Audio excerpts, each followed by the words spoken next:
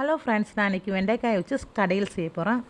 பொரியல், மோர் குழம்பு தான் செய்வாங்க. நான் இப்போ டிஃப்ரெண்ட்டாக கடையில் செய்ய போகிறேன். அதற்கு தேவையான பொருட்கள் என்னென்னு பார்த்துடலாமா?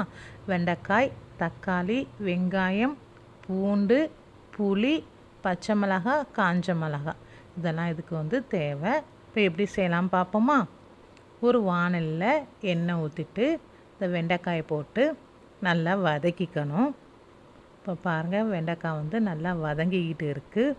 அடுத்து வெங்காயம், தக்காளி, பூண்டு, பச்சை மிளகாய், காஞ்ச மிளகாய் எல்லாம் போட்டு நல்லா கலந்து விடணும்.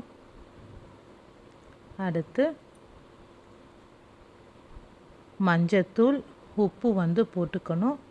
ஒரு 1/4 டம்ளர் தண்ணி ஊற்றி நல்லா கலந்து விட்டு குக்கரில் ஒரு 2 விசில் வச்சு வேக வச்சுக்கணும். இப்போ பாருங்கள், நல்லா வெந்துருச்சு.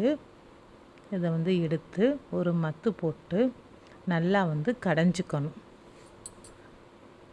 நல்லா கடைஞ்சி விட்டதுக்கப்புறம் ஒரு வாணலில் கடுகு தாளிச்சிட்டு கருவேப்பிலை போட்டுட்டு வெங்காயம், பூண்டு, பெருங்காயத்தூள் இதெல்லாம் போட்டு வதக்கி கடையில் கொட்டிக்கணும். இப்போ நமக்கு சுவையான வெண்டைக்காய் கடையல் ரெடி ஆயிடுச்சு.